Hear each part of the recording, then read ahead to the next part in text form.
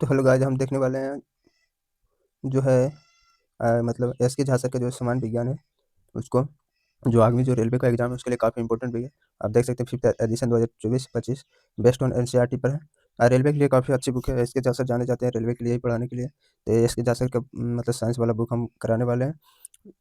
NCERT exemplar जो सारा इसमें अवेलेबल है। फिर एनसीईआरटी का रिएक्शन का क्वेश्चन पेपर, इसमें 4000 आपका एमसीक्यू मिल जाएगा, चित्र वाले सभी प्रश्न और टीसीएस का original question, group D NTPC ALP tech का ओरिजिनल क्वेश्चन मिल जाएगा आपको इस बुक में। तो इस बुक का जो मतलब सर ने जो 2024 में जो एग्जाम हुआ था, इस बुक से बहुत क्वेश्चन लड़ा था। सर ने यूट्यूब चैनल पर आप सर्च कीजिएगा, इसके जाके सर के चैनल पर देखिएगा तो उन्होंने प्रूफ भी दिया था कि हमारे बुक से वहाँ नंबर से दिए थे कि क्वेश्चन देखिए क्वेश्चन लड़ा था। तो इसलिए हम आगामी जो रेलवे का एग्जाम रहा उसके लिए हम बुक का हम सोल्यूशन करवा रहे हैं। तो आप लोग वीडियो को जरूर देखिए जिससे आपको आने वाले एग्जाम के लिए बहुत फ़ायदा हो। तो हम सारा देखेंगे। पहले फिजिक्स मतलब फिजिक्स केमिस्ट्री बायो तीनों को, इसमें है सब्जेक्टिव और ऑब्जेक्टिव दोनों है, तो हम दोनों को देखेंगे। तो आप लोगों को चैनल को सब्सक्राइब कर लीजिएगा और वीडियो को लाइक कर दीजिए। धन्यवाद। देखते हैं टॉपिक को। एस के झांसर का जो बुक है उसको आज हम केमिस्ट्री देखने वाले हैं, जो आस पब्लिकेशन का आता है। आप देख सकते हैं आस एजुकेशन प्राइवेट लिमिटेड, एस के जैसे जो पटना वाले सर हैं उन्हीं का बुक है। केमिस्ट्री आज देखने वाले हैं। स्टार्ट करते हैं रसायन शास्त्र। पहला जो चैप्टर है रसायन शास्त्र का, उसमें से आपका है small small but big thing, पहला चैप्टर है। तो देखते हैं। तो रसायन विज्ञान जो है केमिस्ट्री विज्ञान की वह शाखा है जिसके अंतर्गत पदार्थों की रासायनिक संरचना, स्ट्रक्चर, गुणधर्मों, प्रॉपर्टी तथा परस्पर रासायनिक अभिक्रियाओं और उसके परिणामों का अध्ययन किया जाता है। जो इंपॉर्टेंस रहेगा उसको 2-3 बार रिपीट करके बोलेंगे, जो ज़्यादा इंपॉर्टेंस नहीं रहेगा उसको हम एक ही बार बोलेंगे। 18वीं शताब्दी में फ्रांसीसी जो रसायन शास्त्री था, रसायन शास्त्री, उसका नाम था एंटोनी लेबोजियर। एंटोनी लेबोजियर ने आधुनिक रसायन विज्ञान का जनक, फादर ऑफ मॉडर्न केमिस्ट्री को, मतलब फादर ऑफ मॉडर्न केमिस्ट्री किसे माना जाता है, तो एंटोनी लेबोजियर को आधुनिक रसायन विज्ञान का जनक माना जाता है। 18वीं शताब्दी के जो फ्रांसीसी रसायन शास्त्री था एंटोनी लेबोजियर। फिनाइल की रसायन शास्त्र की उत्पत्ति मिस्र में पाए जाने वाली मिट्टी कैमी से हुई है। कैमी और आपका केमी, कैमी जो है, केमी के शाब्दिक अर्थ काला होता है, काला। आधुनिक सुविधा के आधार पर केमिस्ट्री को 3 भागों में बांटा गया है।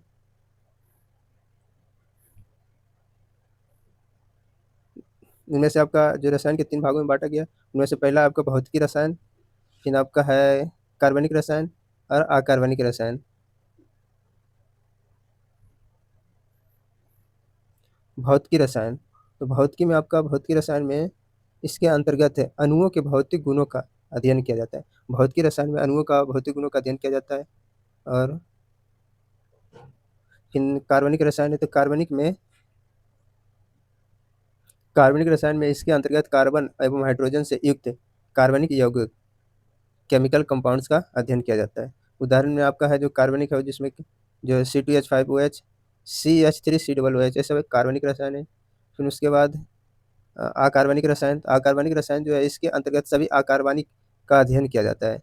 उदाहरण में आपका H2O, NO2 और SO2। फिर आपका देखने वाले हैं पदार्थ, सब्सटेंस और मैटर।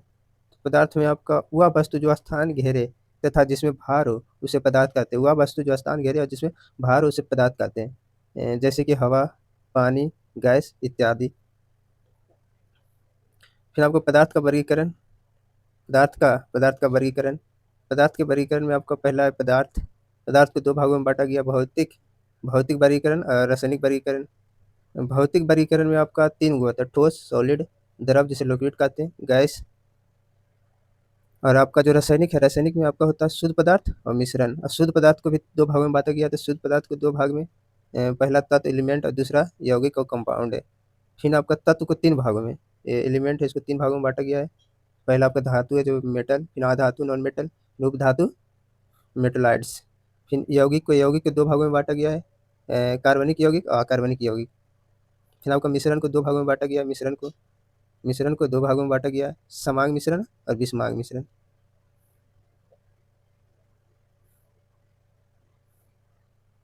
फिर यहाँ है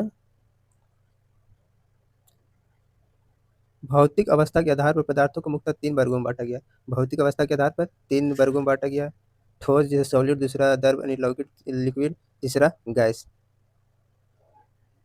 पदार्थ की अवस्थाएं, क्लासिफिकेशन ऑफ मैटर। पदार्थ का पहला जो अवस्था ठोस अवस्था, फिर द्रव अवस्था, फिर गैसीय अवस्था। 3 अवस्था होते हैं पदार्थ के। पहला आपका जो है ठोस अवस्था, तो ठोस अवस्था में आपका इसका आयतन और आकार दोनों निश्चित होता है। आयतन और आकार दोनों निश्चित होता है ठोस अवस्था में। ठोस अवस्था में आयतन और आकार दोनों निश्चित होते हैं। जैसे एग्जाम्पल में दिया हुआ है पत्थर, कोयला। फिर आपका लिक्विड, दूसरा में आपका लिक्विड। लिक्विड में क्या होता है, तो इसका आयतन निश्चित लेकिन आकार परिवर्तनशील होता है। लिक्विड अवस्था में आपका आयतन तो निश्चित होता है लेकिन आकार परिवर्तनशील होता है। और एग्जाम्पल में आपका दिया हुआ है पानी, पानी, दूध और तेल। गैस, गैस, गैस में आपका जो है गैसीय अवस्था में, तो गैस में तो इसका आयतन तथा आकार दोनों परिवर्तनशील होता है। गैसीय अवस्था में आयतन और आकार दोनों परिवर्तनशील होता है। एग्जाम्पल में आपको दिया है जैसे कि कोल गैस और मीथेन एक गैस अवस्था में रहता है। फिर आपका नीचे है ठोस द्रव गैस के कुछ समान गुण बढ़ते से घटते क्रम में। आपका पहला है गतिज ऊर्जा। गतिज ऊर्जा सबसे ज़्यादा गैस में होती है, फिर आपका द्रव में होता है, फिर गैस में सबसे ज़्यादा गतिज ऊर्जा। गतिज ऊर्जा गैस में सबसे ज़्यादा है, फिर द्रव, फिर ठोस। फिर आपका घनत्व, घनत्व सबसे ज़्यादा ठोस में होता है, फिर गैस में होता है, मतलब द्रव में होता है, सबसे कम गैस में होता है। घनत्व सबसे ज़्यादा ठोस, फिर द्रव, फिर गैस में। फिर आपका अंतर आणविक जो आकर्षण बल होते हैं वो भी सबसे ज़्यादा ठोस में होता है, फिर द्रव में होता है, फिर गैस में होता है। अंतर आणविक जो स्थान होते हैं, अंतर आणविक स्थान, वो गैस में सबसे ज़्यादा होता है, फिर द्रव में होता है, फिर ठोस में होता है। सबसे ज़्यादा अंतर आणविक स्थान गैस, फिर द्रव, फिर ठोस। फिर आपका है प्रत्यवस्था। प्रत्यवस्था सबसे ज़्यादा ठोस में होती है, फिर द्रव में होती है, फिर गैस में होती है। प्रत्यवस्था सबसे ज़्यादा ठोस, द्रव और गैस। सहसंजक जो बल होते हैं, सहसंजक बल ठोस में सबसे ज़्यादा होता है, फिर द्रव, फिर गैस में। फिर आपका जो विसरण है, विसरण, विसरण, विसरण आपका गैस, द्रव, ठोस। विसरण आपका गैस, द्रव और ठोस में। फिर आपका संपीड़ितता, संपीड़ितता गैस में सबसे ज़्यादा होता है, फिर द्रव में होता है, फिर ठोस में होता है, ठोस में। दृढ़ता, दृढ़ता क्या होता है दृढ़ता, तो दृढ़ता आपका पदार्थ का वह गुण जिसमें पदार्थ टूटने से पहले अपने ऊपर होने वाले प्रहार का विरोध करता है।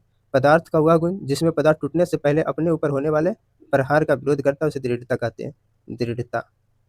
नोट में लिखा है कि ठोस, द्रव, गैस के अलावा भी पदार्थ की 2 और अवस्था होते हैं। ठोस, द्रव और गैस के अलावा भी पदार्थ की 2 और अवस्था होते हैं।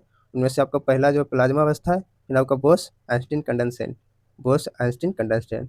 तो आपका जो प्लाज्मा अवस्था जो है, प्लाज्मा अवस्था, प्लाज्मा अवस्था में प्लाज्मा का कोई निश्चित आकार तथा निश्चित आयतन नहीं होता। जो प्लाज्मा अवस्था है, इसका कोई निश्चित आकार तथा निश्चित आयतन नहीं होती है। प्लाज्मा की पहचान सर विलियम क्रूक्स ने 1879 में किया था। प्लाज्मा की पहचान किसने किया था, तो आपका विलियम क्रूक्स द्वारा 1879 में। लेकिन प्लाज्मा नाम आपका इरविंग लैगम्यूयर ने दिया था। प्लाज्मा नाम किसने दिया था, तो प्लाज्मा नाम आपका इरविंग लैगम्यूयर ने दिया था। प्लाज्मा नाम इरविन लैगम्यूयर ने दिया था। फिर आपका है प्लाज्मा जो है, प्लाज्मा पदार्थ की चतुर्थ अवस्था है। प्लाज्मा पदार्थ की चतुर्थ अवस्था है, प्लाज्मा पदार्थ की चतुर्थ अवस्था है। और फ्लोरेंट ट्यूब और नियॉन बॉल में प्लाज्मा होता है।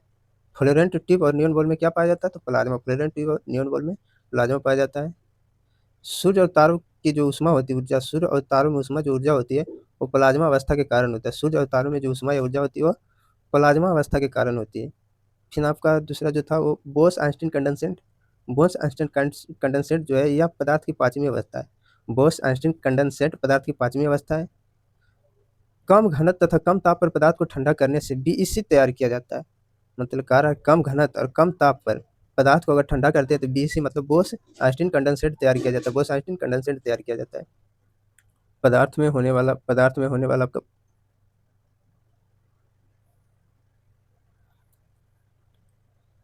में होने वाला परिवर्तन, पदार्थ में जो परिवर्तन होता है, तो पदार्थ में 2 प्रकार का परिवर्तन होता है। पहला आपका रहता है जो भौतिक परिवर्तन रहता है, और दूसरा आपका रासायनिक परिवर्तन। भौतिक परिवर्तन फिजिकल चेंजेस, रासायनिक परिवर्तन केमिकल चेंजेस। पहला जो भौतिक परिवर्तन है, भौतिक परिवर्तन, तो भौतिक परिवर्तन जो है यह एक उत्क्रमणीय प्रक्रिया। भौतिक परिवर्तन यह एक उत्क्रमणीय परिवर्तन है। इसमें पदार्थ का भौतिक गुण में परिवर्तन आता है। भौतिक परिवर्तन में पदार्थ का भौतिक गुण में परिवर्तन आता है, परंतु रासायनिक गुण समान रहता है। रासायनिक गुण समान रहता है। यह एक अस्थाई, मतलब यह एक अस्थाई परिवर्तन है। यह भौतिक परिवर्तन एक अस्थाई परिवर्तन है। इसका परिवर्तन में कोई भी पदार्थ है परिवर्तित होने के बाद पुनः अपनी पूर्व अवस्था में आ जाता है। भौतिक परिवर्तन में पदार्थ परिवर्तित होने के बाद पुनः अपनी पूर्व अवस्था में आ जाती है। फिर आपका है केमिकल, दूसरा है रासायनिक परिवर्तन, जिसे केमिकल चेंजेस बोलते हैं। तो इसमें क्या होता है? तो इसमें होता है यह है अनुत्क्रमणीय प्रक्रिया है। भौतिक परिवर्तन उत्क्रमणीय था, रासायनिक अनुत्क्रमणीय है। इसमें नए पदार्थ का निर्माण हो जाता है। रासायनिक परिवर्तन में नए पदार्थ का निर्माण हो जाता है, जो अपने मूल पदार्थ के रासायनिक और भौतिक गुण से भिन्न होता है, जो अपने मूल पदार्थ के रासायनिक और भौतिक गुण से भिन्न होते हैं। और रासायनिक परिवर्तन यह अस्थायी परिवर्तन है, यह अस्थायी परिवर्तन है। इस परिवर्तन में कोई भी पदार्थ परिवर्तित होने के बाद पुनः अपनी पूर्व अवस्था में नहीं आता है। रासायनिक परिवर्तन में कोई भी पदार्थ का परिवर्तित होने के बाद पुनः अपनी पूर्ण अवस्था में नहीं आता है। जैसे कि एग्जाम्पल दिया हुआ है यहाँ पे, यहाँ पे भौतिक परिवर्तन का उदाहरण दिया हुआ है, यहाँ पे रासायनिक परिवर्तन का उदाहरण। तो भौतिक परिवर्तन में पहला उदाहरण आपका है कि कार्बन डाइऑक्साइड जो है CO2 से सूखी बर्फ बनना, कार्बन डाइऑक्साइड से सूखी बर्फ बनना भौतिक परिवर्तन का उदाहरण है। फिर मोमबत्ती का पिघलना भौतिक परिवर्तन है। और मोमबत्ती का जो जलना वो रासायनिक परिवर्तन है। तो मोमबत्ती का पिघलना भौतिक परिवर्तन। फिर आपका पानी से बर्फ बनना भौतिक परिवर्तन, पानी से बर्फ बनना भौतिक परिवर्तन। फिर पानी का वाष्प बनना ये भी भौतिक परिवर्तन है। चीनी या नमक का पानी में मिश्रण ये भी भौतिक परिवर्तन है। फिर आपका शुष्क बर्फ का सब्लिमेशन मतलब ऊर्ध्वपातन जो होता है, यह भी भौतिक परिवर्तन है। शुष्क बर्फ का सब्लिमेशन ऊर्ध्वपातन जो होता है, यह भी भौतिक परिवर्तन का उदाहरण है। और आपका है कपूर का जलना भौतिक परिवर्तन है, कपूर का जलना भौतिक परिवर्तन। फिर रेत का पानी में पिघलना ये भी भौतिक परिवर्तन है। और है अम्लीकृत जल का वैद्युत अपघटन होना, ये भी भौतिक परिवर्तन है। अम्लीकृत जल का वैद्युत अपघटन होना भौतिक परिवर्तन है। और लोहे का चुंबकीकरण होना, ये भी भौतिक परिवर्तन है। लोहे का चुंबकीकरण भौतिक परिवर्तन है। रासायनिक परिवर्तन के उदाहरण में आपका जो पहला उदाहरण है वो मक्खन का खट्टा होना, या रासायनिक परिवर्तन है। मक्खन खट्टा होना, मोमबत्ती का जलना रासायनिक परिवर्तन, अगरबत्ती का जो जलना है ये भी रासायनिक परिवर्तन, अगरबत्ती का जलना। खाने का पचना भी रासायनिक परिवर्तन है, खाने का पचना। लकड़ी का जलना या ईंधन जो जलता है, लकड़ी का जलना या ईंधन जलना ये भी रासायनिक परिवर्तन है। लोहे पर जंग लगना, जो ऑक्सीकरण के कारण लोहे पर जंग लगता है, तो लोहे पर जंग लगना रासायनिक परिवर्तन, लोहे पर जंग लगना रासायनिक परिवर्तन है। दूध से दही बनना रासायनिक परिवर्तन, दूध से दही बनना रासायनिक परिवर्तन है। फास्फोरस को केरोसिन तेल में डालना, ये भी रासायनिक परिवर्तन है। सोडियम को पानी में डालना रासायनिक परिवर्तन, सोडियम को पानी में डालना रासायनिक परिवर्तन है। प्लेटिनियम तार का जलना, प्लेटिनियम तार का जलना, ये भी रासायनिक परिवर्तन है। पदार्थों का किण्वन रासायनिक परिवर्तन, पदार्थ का किण्वन रासायनिक परिवर्तन। द्रवित पेट्रोलियम गैस का दहन, द्रवित जो पेट्रोलियम गैस का दहन, ये भी रासायनिक परिवर्तन है। यहाँ पे लिखा है कि मोमबत्ती के जलने में भौतिक और रासायनिक दोनों परिवर्तन होता है। ये NCERT में लिखा हुआ है कि मोमबत्ती के जलने में भौतिक और रासायनिक दोनों परिवर्तन होता है। और मोमबत्ती का जलना का उदाहरण जो है, मोमबत्ती का जलना उदाहरण ये आपका रासायनिक परिवर्तन का है। मोमबत्ती का जलना उदाहरण रासायनिक परिवर्तन है। मोमबत्ती जलते समय कौन सा परिवर्तन होता है? मोमबत्ती के जलते समय कौन सा परिवर्तन होता है? तो मोमबत्ती के जलते समय आपका भौतिक और रासायनिक दोनों परिवर्तन होता है। फिर आपका है चपाती का बेलना एवं सेकंड किस परिवर्तन का उदाहरण है? चपाती का बेलना एवं सेकंड किस परिवर्तन का उदाहरण है? ये भौतिक और रासायनिक दोनों है। चपाती का बेलना और सेकना, चपाती रोटी को बोलते हैं, तो उसको बेलना और सेकना कौन सा परिवर्तन है? तो भौतिक और रासायनिक दोनों है। फिर आपका भौतिक अवस्था में परिवर्तन लाया जा सकता है, भौतिक अवस्था में परिवर्तन लाया जा सकता है ऊर्जा देकर या ऊर्जा निकाल कर। भौतिक अवस्था में परिवर्तन लाया जा सकता है, तो कैसे परिवर्तन लाया जा सकता है? उसमें ऊर्जा देकर लाइए या ऊर्जा उससे निकाल कर लाइए। फिर आपका है लोहे पर जंग लगना। तो लोहे पर जो जंग लगना है, तो लोहे पर जंग लगना एक रासायनिक परिवर्तन है। लोहे पर जंग लगना रासायनिक परिवर्तन है। लोहे पर जंग ऑक्सीजन और नमी की उपस्थिति में लगता है। जो लोहा पर जंग लगता है वो ऑक्सीजन और नमी की उपस्थिति में लगता है। फिर जंग लगने के लिए CO2 और जल अर्थात जलवाष्प दोनों की आवश्यकता होती है। जंग लगने के लिए O2 और जल अर्थात जलवाष्प दोनों की आवश्यकता होती है। जंग लगने के लिए ऑक्सीजन और जलवाष्प दोनों की आवश्यकता होती है। लोहे पर जंग लगने से उसका भार बढ़ जाता है, लोहे पर जंग लगने से उसका भार बढ़ जाता है। लोहे पर जंग लगने से उसकी आयु घट जाती है। लोहे पर जंग लगने से उसका भार बढ़ जाता है लेकिन आयु घट जाती है। फिर लोहा को जंग से बचाने के लिए उससे पर क्या किया जाता है? जस्ते का लेपन किया जाता है, जस्ते का लेपन किया जाता है। यह जो प्रक्रिया हुआ जस्तीकरण कहलाता है। जस्ते पर जो लेपन किया, लोहे पर जो जस्ता का लेपन किया जाता है जंग से बचाने के लिए, यह प्रक्रिया जस्तीकरण कहलाता है। लोहे को जंग से बचाने के लिए जस्ते का लेपन किया जाता है और यह जो प्रक्रिया हुआ जस्तीकरण कहलाता है। फिर आपका है किस द्रव में लोहे को किल अपना चमक खो जाता है? मतलब किस द्रव में अगर लोहे के रखिएगा तो वो अपना चमक खो देता है, किस द्रव में लोहे का कील अपना चमक खो जाता है, तो है शीतल पेय, सॉफ्ट ड्रिंक में। शीतल पेय जिसे कहते हैं सॉफ्ट ड्रिंक में लोहे का कील अपना चमक खो देता है। फिर है गैल्वेनाइजेशन से किसे बचाया जा सकता है, गैल्वेनाइजेशन से किसे बचाया जा सकता है, तो लोहा को बचाया जा सकता है। लोहा पर जस्ता का जो लेपन किया जाता है उसे गैल्वेनाइजेशन कहा जाता है, या जैसे हिंदी में जस्तीकरण कहते हैं, इंग्लिश में गैल्वेनाइजेशन कहते हैं। लकड़ी को लकड़ी को कीड़े मकोड़े से बचाने के लिए उस पर किसका लेपन किया जाता है, तो जिंक क्लोराइड, JdCl2 मतलब जिंक क्लोराइड का लेपन किया जाता है। लकड़ी को कीड़े मकोड़े से बचाने के लिए उस पर जिंक क्लोराइड का लेपन किया जाता है। जस्ता की कमी से जस्ता की कमी से धान में खैरा रोग होता है, जस्ते की कमी से धान में खैरा रोग होता है, खैरा रोग। फिर आपका है लवण युक्त जल जंक लगने के प्रक्रम की दर को बढ़ा देता है। जो लवण युक्त जल होता है वह जंक लगने के प्रक्रम दर को बढ़ा देता है। जंक लगने के प्रक्रम दर को कौन बढ़ा देता है, तो आपका लवण युक्त जल। फिर हाँ, फिर नेक्स्ट रासायनिक संगठन के आधार पर द्रव को मुख्यतः 3 प्रकार से वर्गीकृत किया जाता है। द्रव को 3 प्रकार से, आपका पहला है तत्व, जो शुद्ध पदार्थ, यौगिक शुद्ध पदार्थ होता है, मिश्रण या शुद्ध पदार्थ होता है। तत्व शुद्ध पदार्थ होता है, यौगिक शुद्ध पदार्थ होता है, मिश्रण अशुद्ध पदार्थ होता है। पहला आपका शुद्ध पदार्थ। शुद्ध पदार्थ में आपको मुख्यतः 2 प्रकार के होते हैं, शुद्ध पदार्थ मुख्यतः 2 प्रकार के होते हैं। 2 प्रकार में आपको पहला तत्व एलिमेंट आता है, दूसरा यौगिक यानी कंपाउंड शुद्ध पदार्थ। तो तत्व और एलिमेंट को देखते हैं। तत्व जिसे एलिमेंट बोलते हैं, तो रॉबर्ट बायल पहले वैज्ञानिक थे जिन्होंने 1661 में सर्वप्रथम तत्व शब्द का प्रयोग किया था। तत्व शब्द का प्रयोग करने वाले पहले वैज्ञानिक कौन थे, तो रॉबर्ट बॉयल। रॉबर्ट बॉयल पहले वैज्ञानिक थे जिन्होंने 1661 में सर्वप्रथम तत्व शब्द का प्रयोग किए थे।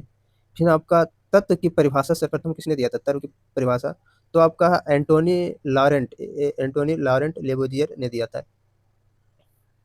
एंटोनी लॉरेंट लेबोजियर ने दिया था तत्व की परिभाषा सर्वप्रथम कौन दिया था, एंटोनी लॉरेंट लेबोजियर। फिर आपका है तत्व वह शुद्ध पदार्थ है जिसे तोड़कर किसी अन्य पदार्थों में परिणत नहीं किया जा सकता है। तत्व वह शुद्ध पदार्थ है जिसे तोड़कर किसी अन्य पदार्थ में परिणत नहीं किया जा सकता है। तत्व के सूक्ष्मतम कणों को परमाणु कहते हैं। जो तत्व का सूक्ष्मतम कण होता है उन्हें परमाणु कहते हैं। तत्व के सूक्ष्मतम कणों को परमाणु कहते हैं। अभी तक लगभग 118 तत्व ज्ञात थे, जिसमें से लगभग 92 प्राकृतिक में पाए जाते हैं, और खोजे गए अंतिम तत्व आपका कौन था, अनुसेप्टियम था। अनुसेप्टियम अनुसेप्टियम था, खोजा गया अंतिम तत्व अनुसेप्टियम था। अभी तक लगभग 118 तत्व ज्ञात है, जिसमें से 92 प्राकृतिक में पाए जाते हैं, और अंतिम जो खोजा गया है अनुसेप्टियम है। हम आप लोगों को याद कराने की कोशिश करेंगे 2-3 बार बोल के, कि आप लोगों के याद हो जाए बुक आराम से। तो आप लोग पूरा वीडियो को देखिएगा। तो डाल्टन ऐसे प्रथम वैज्ञानिक थे। डाल्टन जो ऐसे प्रथम वैज्ञानिक थे जिन्होंने तत्वों को प्रतीकों का प्रयोग अत्यंत विशिष्ट अर्थ में किया। डाल्टन ऐसे प्रथम वैज्ञानिक थे जिन्होंने तत्वों को प्रतीकों का प्रयोग अत्यंत विशिष्ट अर्थ में किया। फिर आपका है तत्व प्रतीक का सुझाव सर्वप्रथम किसने दिया था, तत्वों का जो होता है प्रतीक का सुझाव सर्वप्रथम किसने दिया था, तो बार्जिलियस ने दिया था। बार्जिलियस। तत्वों का प्रतीक का सुझाव किसने दिया था, तत्व के प्रतीक का सुझाव सर्वप्रथम बार्जिलियस ने दिया था। किसने दिया था, बार्जिलियस। तत्व को देखते हैं। तत्व जो एलिमेंट होता है, एलिमेंट में आपका धातु मेटल होता है, अधातु नॉन मेटल होता है, उपधातु मेटोलाइट होता है। तो है भूपर्टी पर तत्वों का क्रम क्या है, तो भूपर्टी पर तत्वों का क्रम आपका है, सबसे ज़्यादा ऑक्सीजन पाया जाता है, फिर सिलिकॉन, फिर एल्युमिनियम, फिर लोहा। पृथ्वी पर जो भूपर्टी पर तत्वों का क्रम है, तत्व में आपका सबसे ज़्यादा ऑक्सीजन है, जो आपका अधातु है, सबसे ज़्यादा जो तत्व है ऑक्सीजन है जो अधातु है, फिर सिलिकॉन जो है ये उपधातु है, और ये दोनों जो है ये धातु है, एल्युमिनियम और लोहा। फिर आपका है कि भूपर्टी पर धातु का क्रम क्या है, तो सबसे ज़्यादा जो धातु भूपर्टी में पाया जाता है उसमें आपका एल्युमिनियम है, फिर लोहा, फिर कैल्शियम, फिर सोडियम। अल्फिकाना, एल्युमिनियम, लोहा, कैल्शियम, सोडियम। लोहा आपका 5% है, एल्युमिनियम 8.1, कैल्शियम आपका 3.5, सोडियम 3%, फिर अदर पाया जाता है। सिलिकॉन जो पाया जाता है वो 28% पाया जाता है। ऑक्सीजन आपका जो पृथ्वी पर पाया जाता है वो 46.6% आपका ऑक्सीजन पाया जाता है, ऑक्सीजन। फिर आपका है मानव शरीर में तत्वों का क्रम क्या है? तो मानव शरीर में आपका तत्व सबसे ज़्यादा ऑक्सीजन पाया जाता है, फिर कार्बन, फिर हाइड्रोजन, फिर नाइट्रोजन, फिर कैल्शियम। और ये जो है चारों ये अधातु है, आपका कैल्शियम आपका धातु है, धातु। फिर है जीवित मानव शरीर में सबसे कम मात्रा में पाया जाने वाला तत्व कौन सा है? तो जीवित जो मानव शरीर उसमें आपका मैग्नीशियम सबसे कम मात्रा में पाया जाता है। जीवित मानव शरीर में सबसे कम मात्रा में पाया जाने वाला तत्व कौन सा है? जीवित मानव शरीर में सबसे कम मात्रा में आपको मैग्नीज पाया जाता है।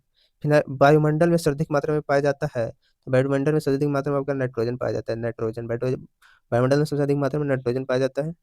फिर आपका ब्रह्मांड, ब्रह्मांड में सर्वाधिक मात्रा में क्या पाया जाता है? तो ब्रह्मांड में सर्वाधिक मात्रा में आपका हाइड्रोजन पाया जाता है, हाइड्रोजन। ब्रह्मांड में सर्वाधिक मात्रा में क्या पाया जाता है? तो ब्रह्मांड में सर्वाधिक मात्रा में हाइड्रोजन पाया जाता है। फिर आप यौगिक को देखते हैं, कंपाउंड को। जब दो से अधिक तत्वों का एक निश्चित अनुपात में मिलाया जाता है तो यौगिक का निर्माण होता है। जब दो से अधिक तत्वों को एक निश्चित अनुपात में मिलाया जाता है तो यौगिक का निर्माण होता है। यह जिन तत्वों से मिलकर बना होता है उनका गुण इसमें विद्यमान नहीं होता है। जो यौगिक है, यौगिक जिन तत्वों से मिलकर बना होता है यौगिक, उसका गुण उसमें विद्यमान नहीं होता है। फिर कह रहा है यौगिक के सूक्ष्मतम कण को अणु कहते हैं। यौगिक के सूक्ष्मतम कण आपका अणु है, अणु। यौगिक का सूक्ष्मतम कण क्या है? तो अणु है। यौगिक का सूक्ष्मतम कण ये अणु है। यौगिक को केवल रासायनिक या वैद्युत रासायनिक प्रक्रिया द्वारा ही पृथक किया जा सकता है। यौगिक को केवल रासायनिक या वैद्युत रासायनिक प्रक्रिया द्वारा ही पृथक किया जाता है यौगिक को। फिर आपका अणुओं का प्रकार, तो आपका समअणु और विषम अणु। समअणु को होमो मॉलिक्यूल्स बोलते हैं और विषम अणु को हेटेरो मॉलिक्यूल्स बोलते हैं। पहला आपका है समअणु। समअणु ऐसे अणु जो समान प्रकार के परमाणुओं के संयोजन से बनाते हैं, जो समान प्रकार के परमाणुओं के संयोजन से बना होता है उसे समअणु कहते हैं। समअणु सभी तत्वों के अणु समअणु होते हैं। जो सभी तत्वों के अणु हैं वो समअणु होते हैं। आपको उदाहरण में दिया हुआ है ऑक्सीजन, हाइड्रोजन, क्लोरीन आदि। फिर आपका विषम अणु, दूसरा विषम अणु। विषम अणु ऐसे अणु जो दो या दो से अधिक तत्वों के परमाणुओं के संयोजन से निर्मित होते हैं। ऐसे अणु जो दो या दो से अधिक तत्वों के परमाणुओं के संयोजन से निर्मित होते हैं जो विषम अणु कहलाते हैं। सभी यौगिक के अणु विषम अणु होते हैं। सभी यौगिक के अणु विषम अणु होते हैं। जो सारे यौगिक होते हैं उनके जो अणु होते हैं विषम अणु होते हैं। उदाहरण में आपका H2O जल, जिसमें हाइड्रोजन और ऑक्सीजन होता है। फिर कार्बन डाइऑक्साइड, CO2 में आपका कार्बन और ऑक्सीजन आदि होते हैं। फिर परमाणुकता, एटमोसिटी जो बोलते हैं। तो परमाणुकता किसी तत्व अथवा यौगिक के एक परमाणु के निर्माण में प्रयुक्त होने वाले परमाणुओं की संख्या या उस तत्व अथवा यौगिक की परमाणुकता कहलाती है। परमाणुकता क्या है? तो किसी तत्व अथवा यौगिक के एक अणु के निर्माण में प्रयुक्त होने वाले परमाणुओं की संख्या उस तत्व अथवा यौगिक की परमाणुकता कहलाती है। परमाणुकता के आधार पर अणुओं को चार भागों में बांटा गया है। परमाणुकता के आधार पर अणुओं को चार भागों में बांटा गया है। पहला है तत्व या यौगिक, फिर एक परमाणु में परमाणुओं की संख्या, आपका परमाणुकता वर्ग। तो जैसे आर्गन है, आर्गन में ए परमाणुओं की संख्या एक होती है तो एकल परमाणु के आर्गन में परमाणु की संख्या एक, तो आर्गन को एकल परमाणु वर्ग में रखा गया है। हीलियम, हीलियम में भी एक ही परमाणु होती है, परमाणुओं की संख्या।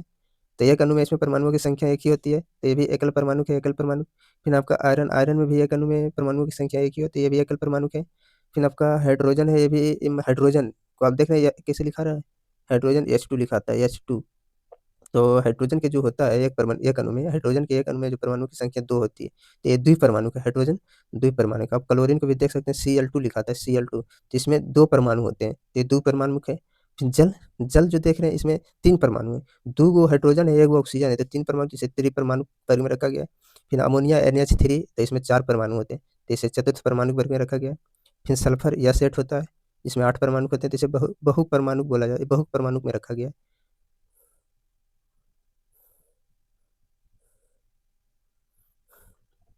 फिर यहाँ देखते हैं तत्व या यौगिक, उसमें परमाणुओं की संख्या। तो आपका जो या फिर जो है लोहा, उसमें परमाणु की संख्या एक होती है। कैल्शियम सी है, कैल्शियम में एक होती है। फिर आपका है हाइड्रोजन H2, इसमें परमाणु दो होती है। फिर सल्फ्यूरिक एसिड है H2SO4, H2SO4 में सात परमाणु, चार गो ऑक्सीजन है, एक गो सल्फर है, दो गो हाइड्रोजन, चार दो छः, सात। फिर आपका कैल्शियम फास्फोरस है, कैल्शियम फास्फोरस में छः परमाणु है, छः। ऑक्सीजन चार गो है, सल्फर एक गो है और कैल्शियम एक गो है, तो कुल मिलाकर छः गो इसमें। फिर आपका कैल्शियम फास्फेट है, कैल्शियम फास्फेट में 13 गो है, तीन गो तो कैल्शियम हो गया। और आपका PO4, मतलब चार गो फास्फोरस है, तो चार दूनी आठ फास्फोरस, और चार दूनी PO4 फास्फोरस चार गो है, तो फास्फोरस चार दूनी आठ हो गया। हाँ ऐसा नहीं नहीं नहीं नहीं, सॉरी सर, इसमें क्या है, कैल्शियम जो है ये तीन गो है, पी आपका ये दो गो है, और ऑक्सीजन आठ गो है, 8 2 10 3 13, हाँ। फास्फोरस आपका दुइये गो है, ऑक्सीजन 4 है, तो 4 दूनी 8 ऑक्सीजन हो जाएगा, टोटल 13 इसमें। फिर आपका H3PO4 मतलब हाई H3PO4 में 8 गो है, H3PO4 में 8 गो है। इसमें 4 गो ऑक्सीजन है, 3 गो आपका हाइड्रोजन है, 4 3 7, एगो फास्फोरस है, टोटल 8 गो। CaOH के हल्ट है, CaOH हल्ट है, इसमें 5 गो है। इसमें एगो कैल्शियम है, 2 गो हाइड्रोजन, 2 गो ऑक्सीजन, 2 2 4 1 5।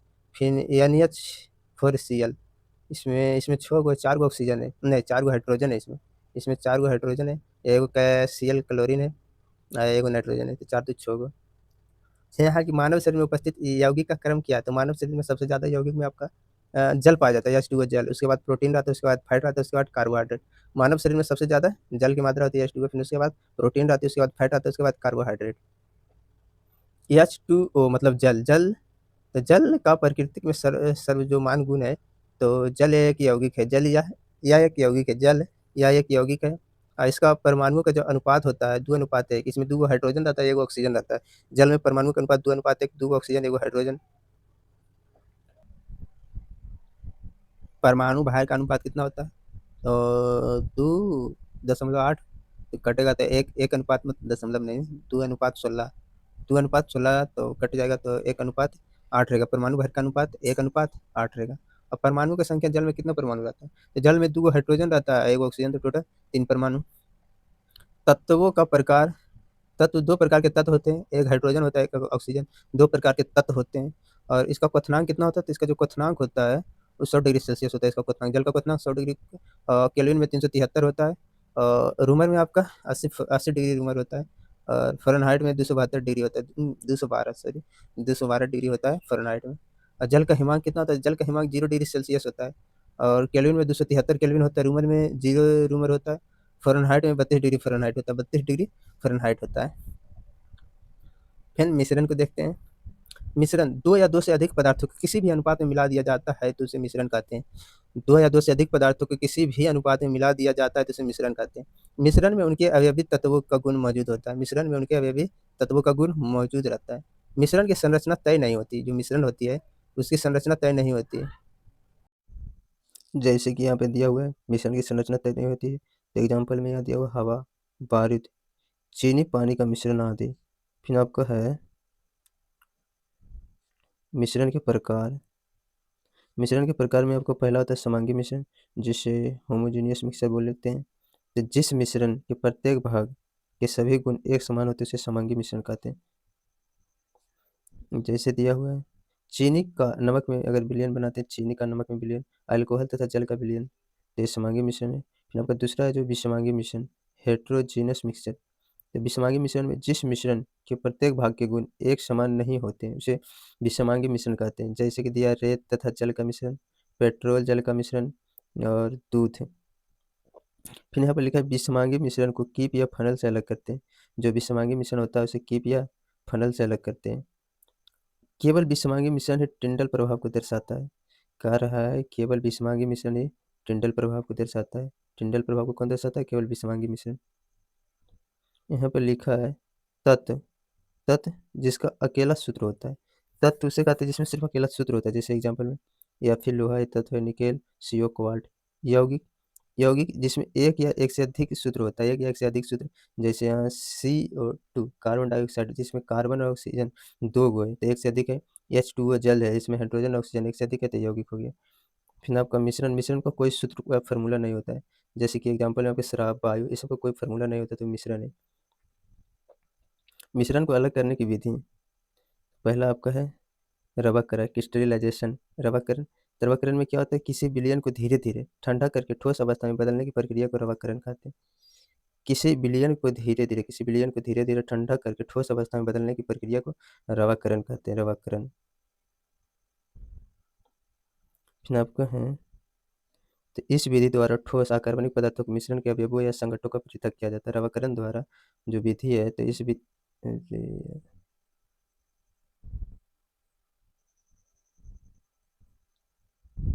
इस विधि द्वारा ठोस अकार्बनिक पदार्थों के मिश्रण के अवयवों का संघटकों का परीक्षण किया जाता है, रवाकरण द्वारा। फिर है आपका आसवन। आसवन विधि क्या है? तो किसी द्रव को वैश्वीकृत करके पुनः ठंडा करने के परम क्रम को आसवन कहते हैं। किसी जो द्रव को वाष्पीकृत करके पुनः ठंडा करने के प्रक्रम को आसवन कहते हैं। समुद्री जल की भी शुद्धिकरण इस विधि द्वारा किया जाता है। जो आसवन विधि है, इसे समुद्री जल का भी शुद्धिकरण किया जाता है आसवन विधि से। शुद्धिकरण। फिर अशुद्ध जल कैसे पराक्रम द्वारा तैयार किया जाता है। जो अशुद्ध जल है, अशुद्ध जल इसी पराक्रम मतलब आसवन विधि द्वारा तैयार किया जाता है। फिर कह रहा है वह वायु पराक्रम जिसमें सभी प्रकार के शुद्ध जल मिलता है, तो उसे आसवन कहते हैं। वह पराक्रम जिसमें सभी प्रकार के शुद्ध जल मिलता है, आसवन कहलाता है। प्रभाज्य आसवन। प्रभाज्य आसवन क्या है? ऐसे मिश्रण जिसके संगठन के क्वथनांकों में कम से कम अंतर होता है, उसका पृथक्करण करने के लिए प्रभाज्य आसवन विधि का प्रयोग करते हैं। ऐसे मिश्रण जिनके संगठन के क्वथनांकों में कम से कम अंतर होता है और उसका पृथक्करण करने के लिए प्रभाज्य आसवन विधि का प्रयोग होता है, जो आसवन कहते हैं। जैसे कि आपका दिया हुआ है, भूगर्भ से निकले गए पेट्रोलियम के विभिन्न संगठकों, पेट्रोलियम, केरोसिन, डीजल आदि को इसी विधि से पृथक करते हैं। प्रभाज्य आसवन द्वारा मतलब पेट्रोलियम और केरोसिन और डीजल आदि को पृथक करते हैं। जिस पदार्थ का क्वथनांक का बीच 25 डिग्री सेल्सियस से कम अंतर होता है, जिस पदार्थ के क्वथनांक के बीच 25 डिग्री सेल्सियस से कम अंतर होता है, उसे प्रभाज्य आसवन से संगठक करते हैं। कम अंतर होता है तो उसे प्रभाज्य आसवन विधि से शुद्ध किया जाता है। कह रहा है जिस पदार्थ के क्वथनांक के बीच 25 डिग्री सेल्सियस से कम अंतर होता है, उसे प्रभाज्य आसवन विधि द्वारा शुद्ध किया जाता है। नेक्स्ट में है भाप आसवन। भाप आसवन क्या है? तो इस विधि से उन कार्बनिक पदार्थों का शुद्धिकरण किया जाता है जो कि जल में अविलय होता है। इस विधि से उस कार्बनिक पदार्थों का शुद्धिकरण किया जाता है जो कि जल में विलय होता है, परंतु गर्म करने पर वाष्पशील होते हैं और प्रायः अपने क्वथनांक पर अपघटित होते हैं। जैसे कि दिया हुआ है मेथिल अल्कोहल, एसीटोन और ethyl alcohol. Methyl alcohol, acetone और एथिल अल्कोहल। फिर निष्पादन। निष्पादन क्या है? तो निष्पादन एक भौतिक पृथक्करण प्रक्रिया है जो एक फिल्टर माध्यम का उपयोग करके ठोस पदार्थ और तरल पदार्थों के मिश्रण को अलग करती है। निष्पादन एक भौतिक पृथक्करण प्रक्रिया है जो फिल्टर माध्यम का उपयोग करके ठोस पदार्थ और तरल पदार्थों के मिश्रण से अलग करते हैं। फिल्टरेशन प्लांट में पानी को साफ किया जाता है। फिल्टरेशन प्लांट में पानी को साफ किया जाता है, तो उसमें रेत, महीन बाजरी और मध्यम बाजरी होता है। फिल्टरेशन प्लांट में पानी को साफ किया जाता है, रेत, महीन बाजरी और मध्यम बाजरी। फिर आपको है विलवनीकरण। विलवनीकरण। विलवनीकरण क्या है? वह प्रक्रम जिसमें नमकीन पानी से खनिज पदार्थों को अलग करके मीठा पानी में बदला जाता है, उसे लवणीकरण कहते हैं, विलवनीकरण कहते हैं। वह प्रक्रिया जिसमें नमकीन पानी से खनिज पदार्थों को अलग करके मीठे पानी में बदला जाता है। फिर आपका विसरण है। विसरण। विसरण है दो भिन्न पदार्थों के कणों को स्वतः मिलना ही विसरण कहलाता है। दो भिन्न पदार्थों को स्वतः मिलना ही विसरण कहलाता है। अत्यधिक रिक्त स्थानों के कारण गैसों का विसरण तीव्र होता है। जो अत्यधिक रिक्त स्थानों के कारण गैसों का जो मतलब विसरण है वो तीव्र हो जाता है। कारण घनत्व में अंतर रहने के कारण गैसों में मिलना विसरण कहलाता है। घनत्व में अंतर रहने के कारण गैसों का गैसों में मिलना विसरण कहलाता है। फिर कहा तापमान के बढ़ने से विसरण का गुण बढ़ता है। तापमान के बढ़ने से विसरण का गुण बढ़ता है। फिर आपका लिखा है विसरण के गुण। विसरण के गुण के कारण ही क्या होता है? गर्म खाने की सुगंध पूरे कमरे में फैलता है। गर्म खाने की सुगंध पूरे कमरे में फैलता है विसरण गुण के कारण। इत्र की बोतल से सुगंध का फैलना, ये भी विसरण का गुण है। इत्र की बोतल से सुगंध का फैलना विसरण का गुण है। फिर मल मूत्र की दुर्गंध का नाकों तक पहुंचना, ये भी विसरण का गुण है। मल मूत्र के दुर्गंध को का नाकों तक पहुंचना विसरण का गुण है। फिर आपका है प्रासरण, ऑस्मोसिस। तो इसमें विलायक के अणु कम सांद्रता वाले घोल से अधिक सांद्रता वाले घोल की ओर गति करता है। प्रासरण में विलायक के अणु कम सांद्रता वाले घोल से अधिक सांद्रता वाले घोल की ओर गति करता है। उदाहरण में आपका क्या है? तो उदाहरण में आपका किशमिश को जल में डालने पर उसका फूलना जो है विसरण है। किशमिश को जल में डालने पर वो फूलता है, तो विसरण के कारण। फिर आपका है व्युत्क्रम प्रसरण। व्युत्क्रम प्रसरण क्या है? तो अणुओं का अत्यधिक सांद्रण वाले विलायक से कम सांद्रता वाले विलायक की ओर गति करना ही व्युत्क्रम प्रसरण कहलाता है। कह रहा है अणुओं का अधिक सांद्रता वाले विलयन से कम सांद्रता वाले विलयन की ओर गति करना ही व्युत्क्रम प्रसरण कहलाता है। इसका उदाहरण है समुद्री जल से अशुद्ध जल बनना। समुद्री जल से अशुद्ध जल बनना व्युत्क्रम प्रसरण का उदाहरण है।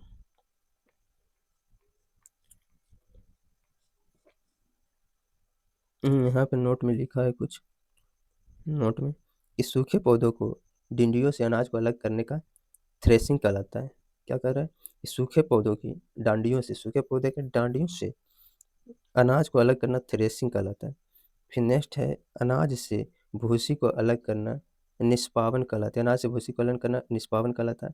मिश्रण के नीचे तली में बैठा अवक्षेप को अवसाद से ऊपरी भाग को अलग करना निस्तारण कहलाता है। मिश्रण के निचले तली में बैठा अवक्षेप को अवसादन तथा ऊपरी भाग को अलग करना निस्तारण कहलाता है। फिर रंगों को पृथक करने की प्रक्रिया को क्या कहते हैं? तो क्रोमेटोग्राफी कहलाता है। रंगों को पृथक करने की प्रक्रिया की क्रोमेटोग्राफी कहलाता है। फिर लस्सी से वसा की मात्रा को कम करने की विधि को क्या कहते हैं? तो आपको मंथन कहलाता है। लस्सी से वसा की मात्रा को कम करने की विधि को मंथन कहते हैं। मक्खन एवं क्रीम बनाने में मंथन विधि का उपयोग किया जाता है। जो मक्खन या क्रीम बनाने में मंथन विधि का उपयोग किया जाता है। तथा मक्खन एवं क्रीम से घी किस विधि से प्राप्त किया जाता है?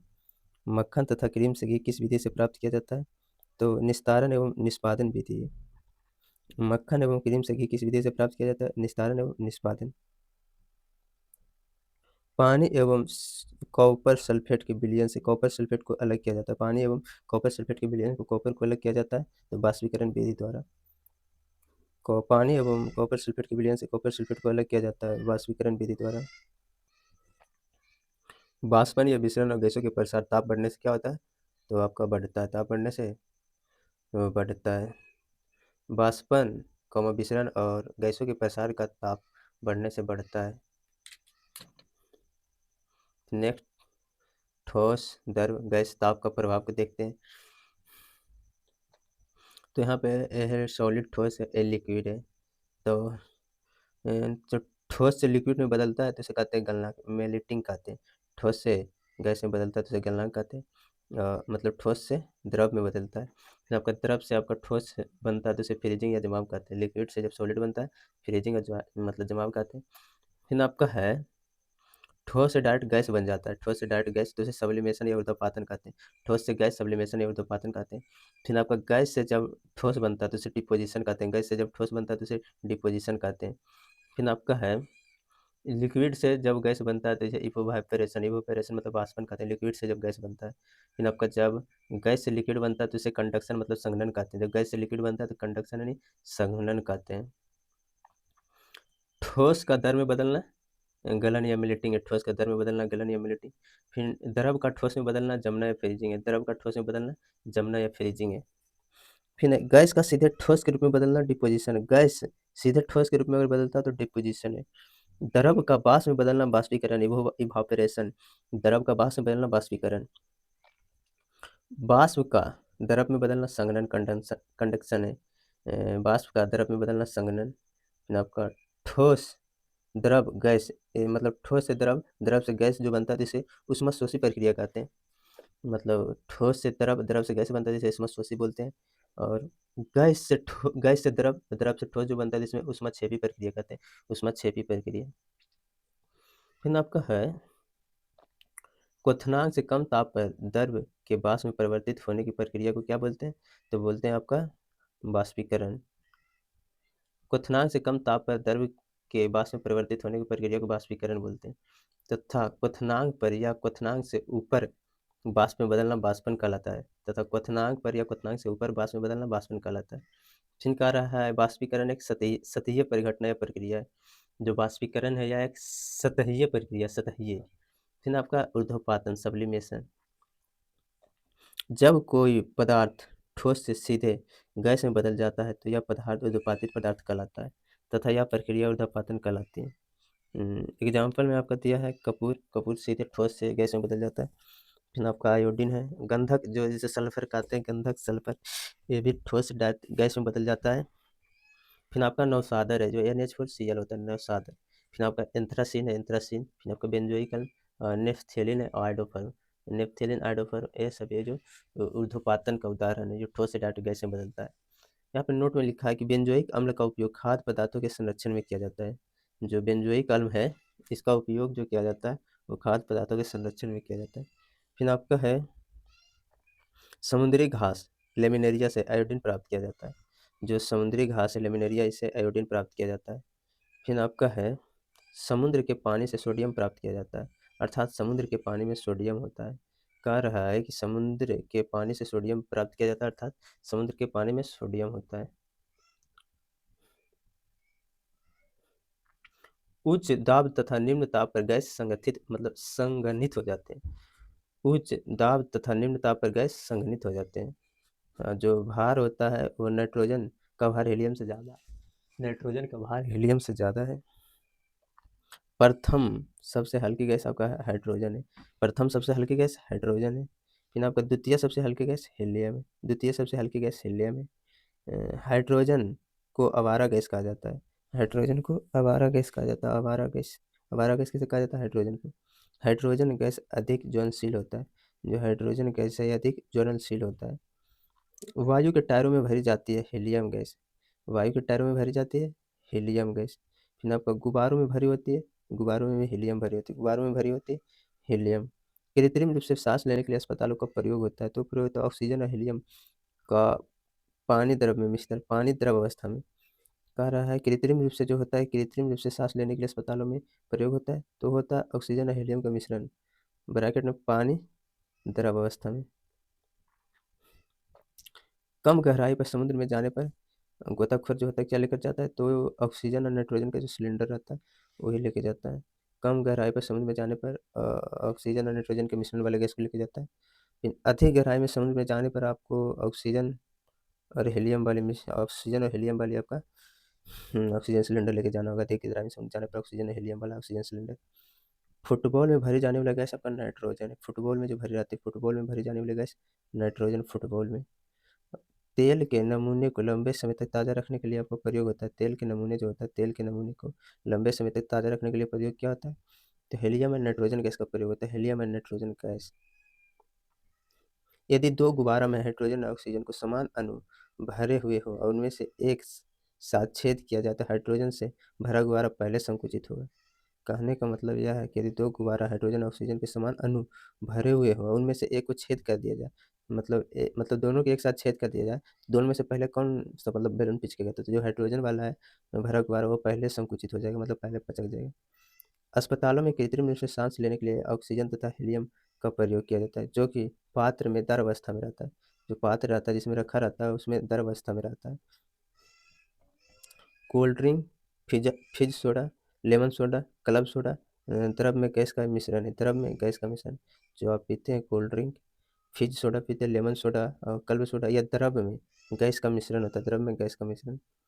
दाब भरण प्रणाली क्या है? तो एलपीजी गैस का भरना। दाब भरण प्रणाली एलपीजी गैस का भरना। पंप भरण प्रणाली पेट्रोल भरना। पंप भरण प्रणाली पेट्रोल का भरना। फिर कोल्ड ड्रिंक्स में कार्बन डाइऑक्साइड गैस भरी जाती है जो जल से अभिक्रिया करके कार्बोनिक अम्ल का निर्माण करती है। कोल्ड ड्रिंक में कार्बन डाइऑक्साइड गैस भरी जाती है जो जल से अभिक्रिया करके कार्बोनिक अम्ल का निर्माण करती है। एग्जाम्पल में दिया है कि कार्बन डाइऑक्साइड H2O, H2CO3 एक कार्बोनिक अम्ल है। कार्बोनिक H2CO3 कार्बोनिक अम्ल है जो कार्बन डाइऑक्साइड और जल मिलकर बना है। गैस का दरनाक निम्न ताप पर एवं उच्च दाब पर सुगमता से संपन्न होता है। जो दरवना गैस का दरवना निम्न ताप पर और उच्च दाब पर सुगमता से संपन्न होता है। हाइड्रोजन और हीलियम से भरा गुब्बारा कुछ ऊंचाई पर जाने के बाद फट जाता है। हाइड्रोजन और हीलियम से जो भरा गुब्बारा है कुछ ऊंचाई पर जाने के बाद वह फट जाती है।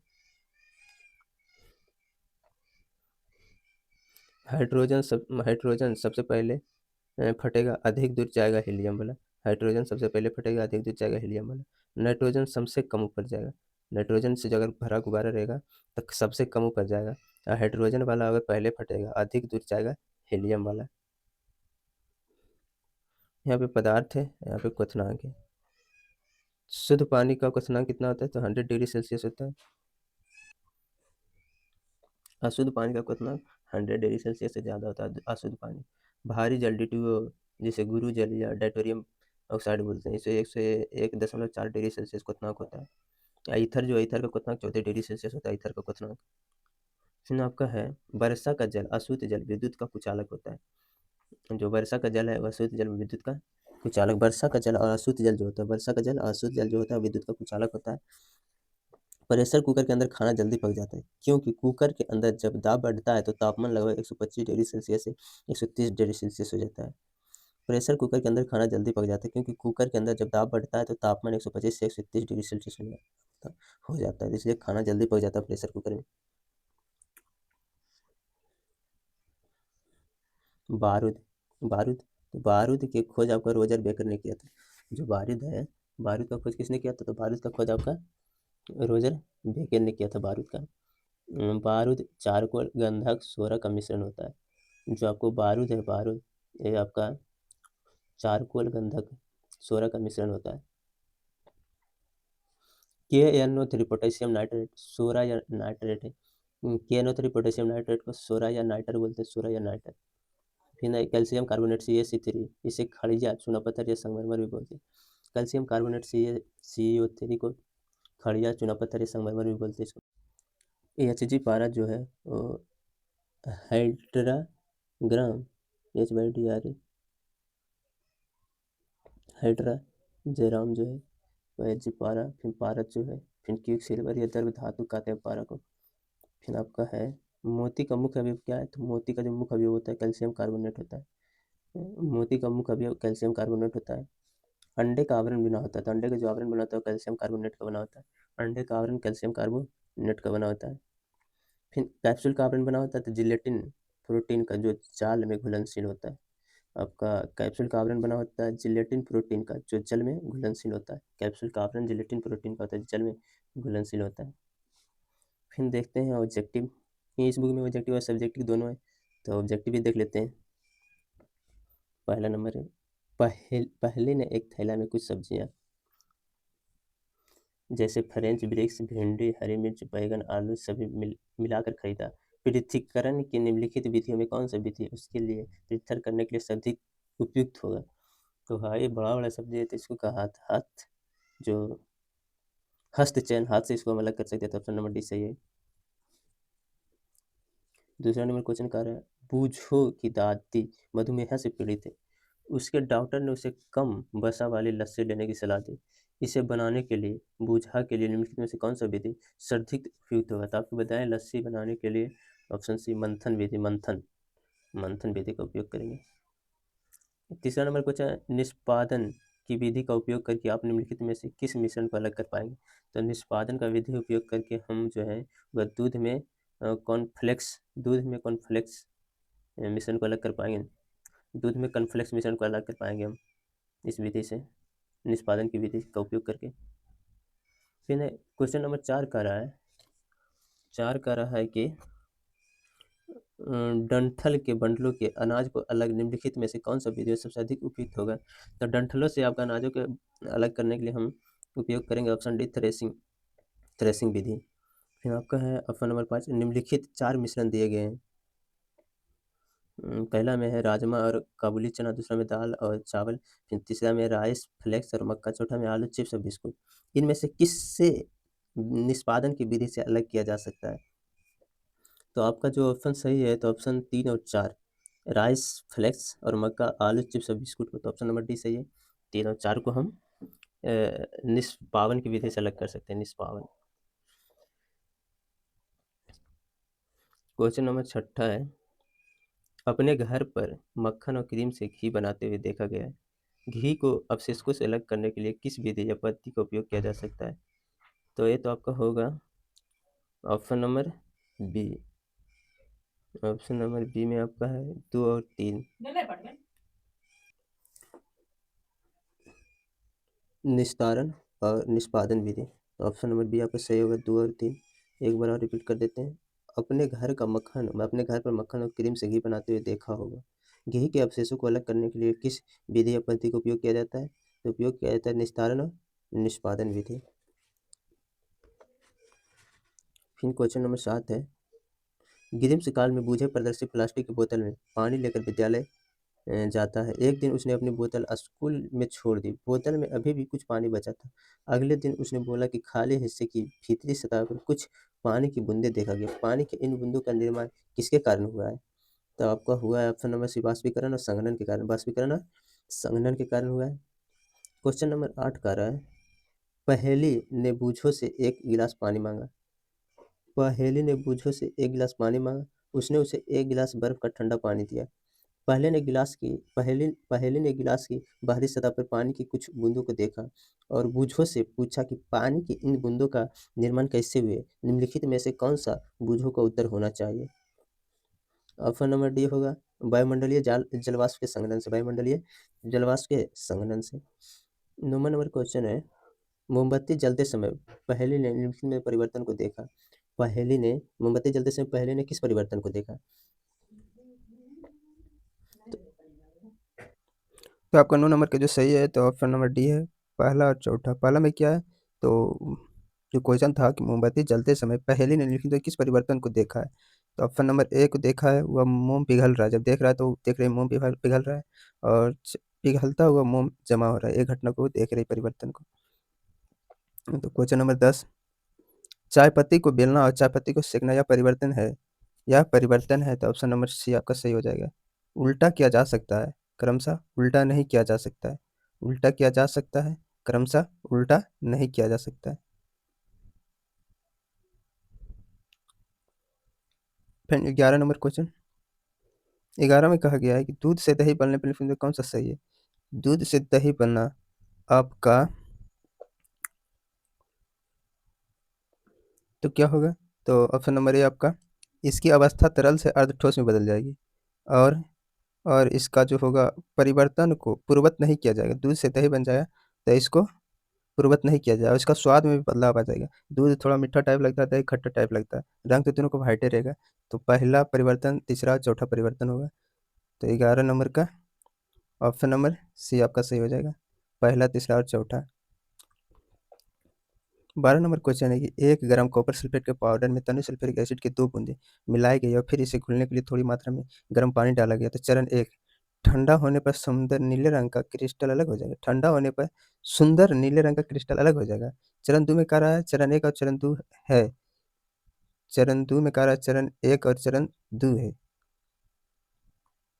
तो इसका सही हो जाएगा ऑप्शन नंबर सी, दोनों रासायनिक परिवर्तन होंगे, दोनों रासायनिक परिवर्तन होगा। क्वेश्चन नंबर 13 कह रहा है कि निम्नलिखित में से कौन सा रासायनिक परिवर्तन की विशेषता नहीं है, तो ऑप्शन नंबर जो ए है, रंग में परिवर्तन या रासायनिक परिवर्तन की विशेषता नहीं है। निम्नलिखित में से कौन सा रासायनिक परिवर्तन की विशेषता नहीं है, तो ऑप्शन नंबर ए, रंग में परिवर्तन। क्वेश्चन नंबर 14 कह रहा है, आग लगने की स्थिति में फायर अलार्म आमतौर पर धुएं का पता लगता है, मतलब धुएं का पता लगाता है। इसी तरह के अलार्म को कमरे में कहाँ रखा जाना चाहिए, इस तरह के अलार्म को, तो इसका सही हो जाएगा ऑप्शन नंबर डी, छत पर।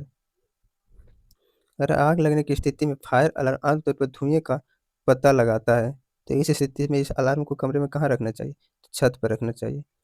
15 नंबर क्वेश्चन है, जल चक्र में निम्नलिखित में से कौन सा शामिल नहीं है, तो जल चक्र में कौन सा शामिल नहीं रहता है, तो ऑप्शन नंबर डी, वर्षा जल संचयन, वर्षा जल संचयन शामिल नहीं रहता है। जल चक्र में कौन सा शामिल नहीं रहता है, तो वर्षा जल संचयन।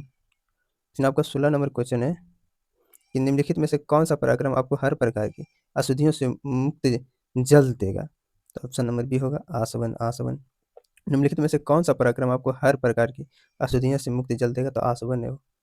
फिर आपका 17 नंबर क्वेश्चन है कि शुद्ध पदार्थों के लिए निम्नलिखित में से कौन सा कथन सत्य है, शुद्ध पदार्थों के लिए आपका सत्य है ऑप्शन नंबर बी, पहला और तीसरा। पहला में कि शुद्ध पदार्थ में केवल एक ही प्रकार के कण होते हैं, तीसरा में शुद्ध पदार्थों के संगठन सर्वत्र समान रहता है। 18 नंबर क्वेश्चन कहता है कि जंग लगे लोहे के वजन में निम्नलिखित में से कौन सा परिवर्तन होता है, तो जंग लगे लोहे के वजन में निम्नलिखित में से कौन सा परिवर्तन होगा, तो यह लंबे समय तक बढ़ता है, लंबे समय तक बढ़ता है। जंग लगे लोहे के वजन में निम्नलिखित में कौन सा परिवर्तन होगा, तो जंग लगे लोहे का जो वजन है लंबे समय तक बढ़ता है। 19 नंबर क्वेश्चन कह रहा है कि तरल में प्रवाह की अद्वितीय गुण होता है, निम्नलिखित में से कौन सा कथन सही है, तो ऑप्शन नंबर सी, गैस तथा द्रव तरल के समान व्यवहार करते, गैस तथा द्रव जो है तरल के समान व्यवहार करता है। फिर आपका 20 नंबर क्वेश्चन कह रहा है, कुछ पदार्थों को उनके कणों के मध्य आकर्षण बलों को बढ़ते हुए क्रम में व्यवस्थित किया गया है। निम्नलिखित में से कौन सा कथन सही व्यवस्था को निरूपित कर रहा है, ऑप्शन नंबर सी, ऑक्सीजन, जल और शर्करा। कह रहा है कुछ पदार्थों को उनके कणों के माध्यम आकर्षण बलों के बढ़ते हुए प्रक्रम में व्यवस्थित किया, निम्नलिखित में से कौन सा सही व्यवस्था को अनुरूप कर रहा है, तो ऑक्सीजन, जल और शर्करा। 21 नंबर क्वेश्चन है, निम्नलिखित कथनों पर विचार कीजिए। पहला, शुद्ध जल में नमक का घोल से जल का क्वथनांक बढ़ जाता है एवं जल का हिमांक घट जाता है। दूसरा कह रहा है, जल में जब मिथाइल अल्कोहल डालते हैं तो जल का क्वथनांक घट जाता है, कौन सा सही है, तो ऑप्शन नंबर बी, केवल एक सही है, ऑप्शन नंबर बी केवल एक। शुद्ध जल में जब आप नमक का घोल शुद्ध जल में नमक का घोल में से जल का क्वथनांक बढ़ मतलब शुद्ध जल में नमक का घोलने से जल का क्वथनांक बढ़ जाता है और जल का हिमांक घट जाता है। सिर्फ एक ही सही है। 22 नंबर क्वेश्चन कह रहा है कि निम्नलिखित में से भौतिक परिवर्तन कौन से? तो भौतिक परिवर्तन आपका होगा लौह धातु का पिघलना भी भौतिक परिवर्तन है, और आपका एक लौह छड़ को मोड़ना भी भौतिक परिवर्तन है, और लौह धातु का एक तार खींचना भी भौतिक परिवर्तन है। तो ऑप्शन नंबर सी आपका सही हो जाएगा। 23 नंबर क्वेश्चन है, जल की अस्थायी कठोरता दूर करने के लिए निम्नलिखित किसका प्रयोग किया जाता है? जल की अस्थायी कठोरता दूर करने के लिए आपका Na2CO3 10H2O का उपयोग होता है। Na2CO3 10H2O का उपयोग होता है जल की अस्थायी कठोरता दूर करने के लिए। 24 नंबर क्वेश्चन है कि लोहे से बनी हुई वस्तुओं में जंग लगने को कहते हैं। लोहे से बनी वस्तुओं में जंग लगने को क्या कहते हैं? तो कहते हैं संक्षरण तथा यह एक रासायनिक परिवर्तन है। संक्षरण तथा यह एक रासायनिक परिवर्तन। ऑप्शन नंबर सी सही है। 25 नंबर क्वेश्चन है कि सल्फर तथा कार्बन डाइसल्फाइड का एक मिश्रण, सल्फर तथा कार्बन डाइसल्फाइड का एक मिश्रण है। तो ऑप्शन नंबर डी सही है। समांगी तथा टिंडल प्रभाव नहीं दर्शाता है। जो सल्फर तथा कार्बन डाइसल्फाइड का एक मिश्रण है जो समांगी तथा टिंडल प्रभाव को नहीं दर्शाता है। 26 नंबर क्वेश्चन कर रहा है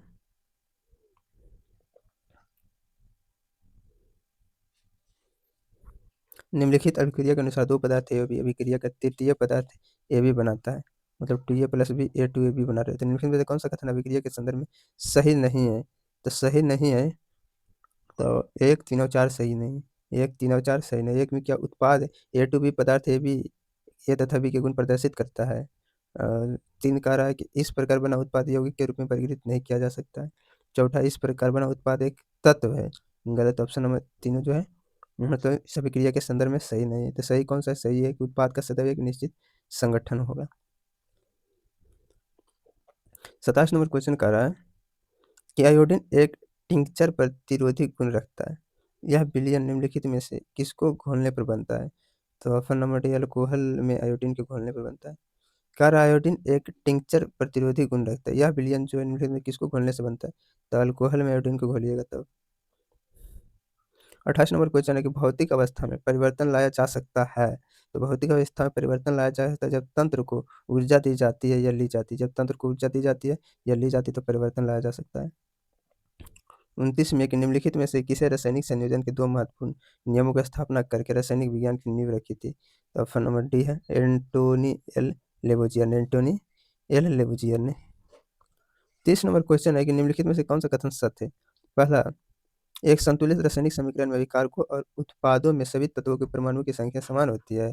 अब दूसरा कह रहा है एक असंतुलित रासायनिक अभिक्रिया में विकारकों एवं उत्पादों की संख्या असमान होती है। तो 30 का आपका सही है ऑप्शन नंबर ए और बी दोनों सत्य है। ए और बी दोनों सत्य। 30 का ए और बी दोनों सत्य। पहला कह रहा है एक संतुलित रासायनिक समीकरण में, एक संतुलित रासायनिक समीकरण में विकारकों और उत्पादों में सभी तत्वों की परमाणु संख्या समान होती है। और फिर दूसरा कह रहा है एक असंतुलित रासायनिक समीकरण में विकारक और उत्पादों की संख्या असमान होती है। बिल्कुल, तो दोनों सत्य है। 31 नंबर क्वेश्चन कह रहा है कि निम्नलिखित में से कौन सा कथन गलत है?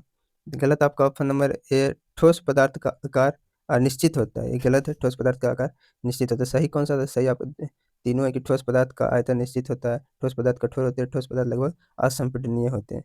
तो ऑप्शन नंबर ए सही होगा। 32 नंबर कह रहा है कि ठोस कार्बन डाइऑक्साइड को किस नाम से जाता है जाना जाता है? इसे सूखी बर्फ के नाम से जाता है। ठोस जो कार्बन डाइऑक्साइड इसे किस नाम से जाना जाता है? सूखी बर्फ के नाम से जाना जाता है। फिर आपका 33 नंबर क्वेश्चन निम्नलिखित में से विषम की पहचान करें। तो ऑप्शन नंबर डी डी एक विषम है।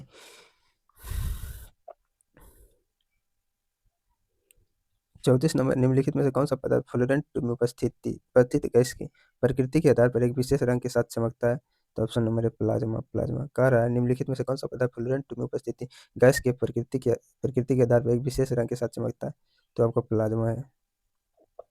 35 नंबर क्वेश्चन नाइट्रोजन के निम्न ऑक्साइडों में से किसे लाफिंग गैस के रूप में जाना जाता है?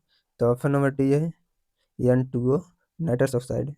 N2O कह रहा है नाइट्रोजन के निम्नलिखित ऑक्साइड को किसको लाफिंग गैस के रूप में जाना जाता है? तो N2O।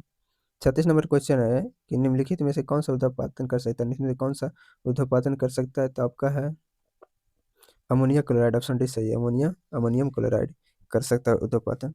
37 नंबर क्वेश्चन है कि निम्नलिखित में से कौन सी धातुएं ठंडे पानी के साथ शीघ्रता से विक्रिया करती है? तो कौन सी करती है? तो ऑप्शन नंबर डी पोटेशियम। कौन सी निम्नलिखित में से कौन सी धातुएं ठंडे पानी के साथ शीघ्रता से विक्रिया करती है? तो ऑप्शन डी पोटेशियम में। निम्नलिखित में से कौन सा यौगिक विद्युत का चालन कर सकता है? कौन कर सकता है? तो ऑप्शन नंबर है सोडियम क्लोराइड। सोडियम क्लोराइड निम्नलिखित में से कौन सा यौगिक विद्युत का चालन कर सकता है? सोडियम क्लोराइड है। 39 नंबर क्वेश्चन, निम्नलिखित में से कौन सा रासायनिक परिवर्तन है? तो रासायनिक परिवर्तन कौन सा है? मक्खन का खट्टा होना।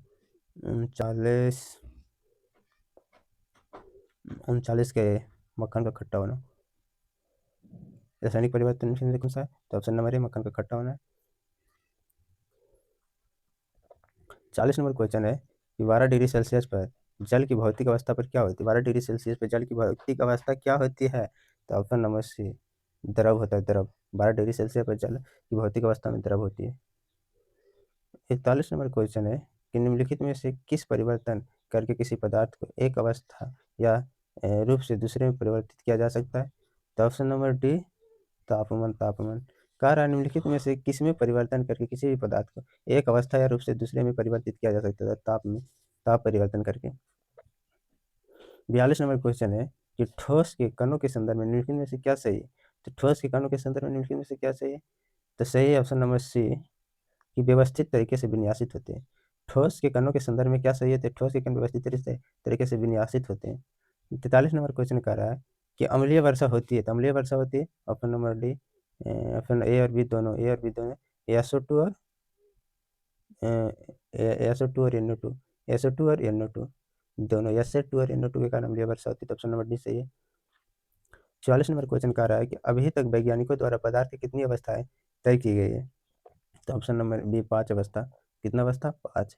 45 नंबर क्वेश्चन है कि नीचे दी गई आकृति से क्या अनुमान लगाया जा सकता है? तो अनुमान लगाया जा सकता है कि सॉलिड है, लिक्विड, गैस है, प्लाज्मा। तो अनुमान क्या लगाया जा सकता है? तो ऑप्शन नंबर बी सही है कि प्लाज्मा एक तरल पदार्थ है जो शरीर को सभी कोशिकाओं में मौजूद होता है। नहीं नहीं नहीं नहीं, बिल्कुल नहीं। कह रहा है नीचे दी गई आकृति से क्या अनुमान लगाया नहीं जा सकता है? तो अनुमान लगाया नहीं जा सकता, तो ही option number C, option number B है। प्लाज्मा एक तरल पदार्थ है जो शरीर के सभी कोशिकाओं में मौजूद रहेगा। प्लाज्मा भाई एकदम धधकता हुआ आग होता है और वो कोशिकाओं में मौजूद रहेगा, तो यही गलत है।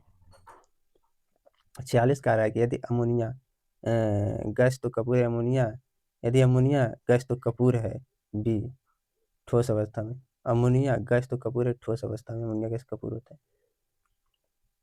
47 नंबर क्वेश्चन है कि निम्नलिखित में से कौन सा कथन गलत है? तो ऑप्शन नंबर ए आपका सही है।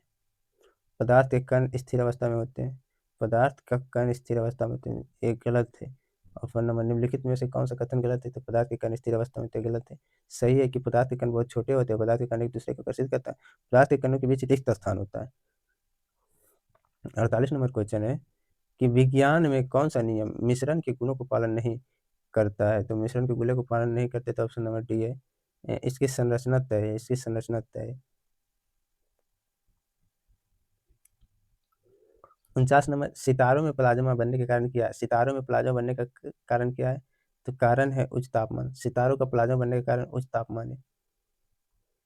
50 नंबर क्वेश्चन है कि कार्बन डाइऑक्साइड के सभी नमूने 3:8 के द्रव्यमान अनुपात में कार्बन ऑक्सीजन होती है या डॉट डॉट के नियम के साथ सहमति में है? तो ऑप्शन नंबर बी लगातार समानुपात में, लगातार समानुपात। कार्बन डाइऑक्साइड के सभी नमूने 3:8 के द्रव्यमान अनुपात में कार्बन और ऑक्सीजन होती है, तो यह डॉट डॉट के नियम के साथ सहमति है, तो लगातार समानुपात में, ऑप्शन नंबर बी सही है। 51 नंबर कह रहा है कि निम्नलिखित में से कौन सा कारक वाष्पीकरण की दर को कम करता है? तो ऑप्शन नंबर बी नमी। नमी है जो वाष्पीकरण की दर को कम करता है, नमी। फिर आपका 52 नंबर कह रहा है कि तरल अवस्था से गैसीय अवस्था में रूपांतरण को क्या कहा जाता है? तो ऑप्शन नंबर सी वाष्पीकरण। तरल अवस्था से गैसीय अवस्था में रूपांतरण को क्या कहते हैं? वाष्पीकरण कहते हैं। फिर 53 नंबर क्वेश्चन है कि निम्नलिखित में से किस वैज्ञानिक ने स्थिर अनुपात का नियम दिया था? स्थिर अनुपात का नियम आपका जोसेफ प्राउस्ट ने दिया था। स्थिर अनुपात का नियम किसने दिया था? तो जोसेफ प्राउस्ट ने दिया था। 54 नंबर क्वेश्चन है किसी तरल की समान मात्रा के लिए निम्नलिखित में से किस प्रक्रिया की गति सबसे धीमी होगी? तो ऑप्शन नंबर सी वाष्पीकरण। किसी तरल की समान मात्रा के लिए निम्नलिखित में से किस प्रक्रिया की ये सबसे गति सबसे धीमी होगी? तो वाष्पीकरण की दर। 55 नंबर है, निम्नलिखित में से कौन सा एक भौतिक परिवर्तन नहीं है? तो भौतिक परिवर्तन नहीं है डी, द्रवित पेट्रोलियम गैस का दहन, ये भौतिक परिवर्तन नहीं है। बाकी सब जो है इसमें वो भौतिक परिवर्तन है। 66 नंबर क्वेश्चन कह रहा है निम्नलिखित में से कौन सा विधि जल को पंकिल जल से अलग करेगा? तो कौन सा करेगा? तो ऑप्शन नंबर 2 निस्यंदन, निस्यंदन करेगा। 57 नंबर क्वेश्चन कहता है कि अनाज से भूसे यानी चोकर को अलग करने की प्रक्रिया के लिए प्रयोग की जाने वाला शब्द कौन सा है? तो ऑप्शन नंबर सी आपका निष्पादन कहलाता है। कहता है अनाज से भूसे यानी चोकर को अलग करने की प्रक्रिया के लिए प्रयोग की जाने वाला शब्द निष्पादन। 58 नंबर है सूर्य के प्रकाश की उपस्थिति में सिल्वर क्लोराइड के उद्भासन पर वह स्लेटी क्यों हो जाता है? तो स्लेटी हो जाता है सिल्वर क्लोराइड के अपघटन पर सिल्वर बनने से, सिल्वर क्लोराइड के अपघटन से सिल्वर बनने से, केवल एक से ये। तो यहाँ पे आपका पहला टॉपिक समाप्त होता है।